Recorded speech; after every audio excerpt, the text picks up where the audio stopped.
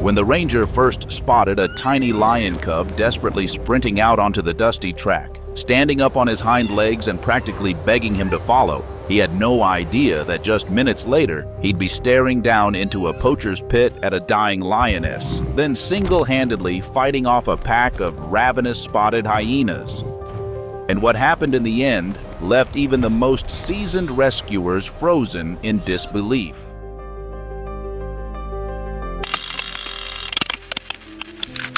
Just another routine patrol day in a South African game reserve rarely promises anything out of the ordinary. Red dust swirling under the Jeep tires, endless golden grass, scorching sun. Ranger Dean was already turning back toward base when a little golden fluff ball burst out of the tall grass right in front of the hood. Brakes screamed, the Jeep fishtailed, a huge cloud of dust shot up, and the vehicle skidded to a stop just a couple of yards from the cub. Instead of bolting, the baby planted himself in the middle of the track and let out the most pitiful mewling cries, staring straight through the windshield. That's not how lion cubs act. At that age, they almost never stray more than a few steps from mom and freeze in the grass at the slightest danger. But this little guy was clearly looking for a human. When Dean stepped out of the truck, the cub trotted right over, reared up on his back legs, planted his front paws on the ranger's knee, and wailed. Those huge amber eyes pleaded so hard that even a hardened ranger's heart clenched.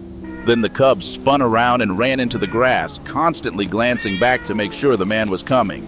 Dean didn't hesitate. He grabbed his pack, a water bottle, rope, and plunged after him through the thorn bushes. The sun was pushing the air temperature past 113 degrees Fahrenheit. Every step felt like walking on a hot plate.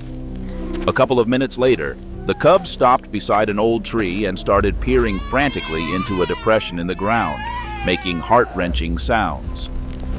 What Dean saw next turned his blood to ice. A poacher's pit about 8 feet deep with sheer walls, and at the bottom, an adult lioness barely alive. These pits are a curse across African reserves. Poachers dig them, camouflage them with branches and grass, and hundreds of animals die slow deaths of thirst and starvation every year. The lioness had been down there for days. Her eyes were cloudy from dehydration, tongue cracked and swollen, coat caked in thick red dust. She could just manage to lift her head and give a weak growl. The cub raced back and forth along the edge, calling to a mother who couldn't reach him. Dean grabbed the radio. "Emergency, need backup now, sending coordinates." The reply came. "On our way, 20 minutes out." 20 minutes was basically a death sentence for a big cat that had already lost dozens of quarts of water. Dean looped the rope around an acacia trunk and started lowering himself down, boots scraping the dirt walls.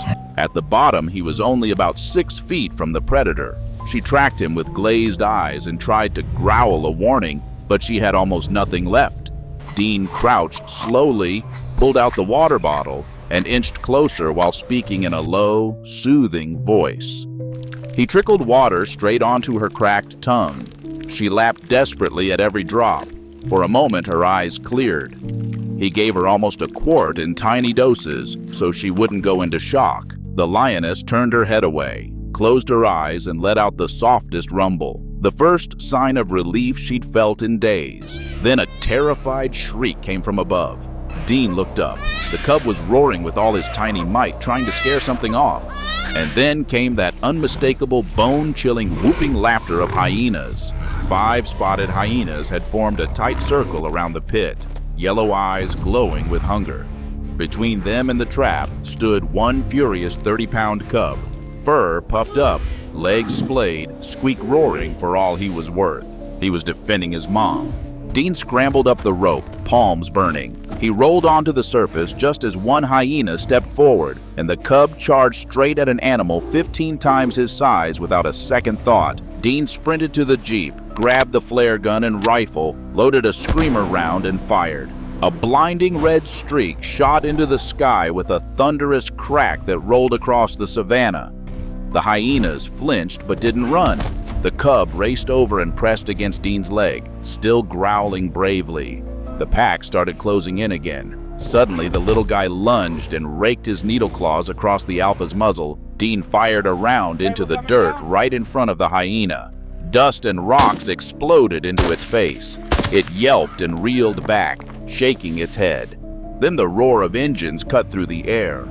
2 rescue pickups came tearing in, kicking up storms of red dust. The hyenas wavered. The alpha barked a sharp command, and the pack melted into the bushes. Dean's knees nearly buckled with relief. The arriving vets worked like a NASCAR pit crew. Tranquilizer dart, cargo net stretcher, electric winch. Minutes later, the lioness was topside. They hooked up IVs with saline and glucose, slapped on cooling packs. The cub never left the truck bed, standing on his hind legs and mewling softly to his mom as if telling her everything would be okay. Diagnosis: severe dehydration and starvation, torn up paw pads, but no internal injuries. Another day or 2 and it would have been over. She was going to make it. At the rehab center, mom and baby were placed in adjoining enclosures with a big windows between them so they could always see each other. Dean visited every week, bringing fresh meat, watching strength flood back into the lioness and the fluff ball grow into a sturdy teenager. 2.5 months later, they were cleared for release. At dawn, the team returned to the spot where golden grass met the horizon. Dean opened the heavy transport crate himself.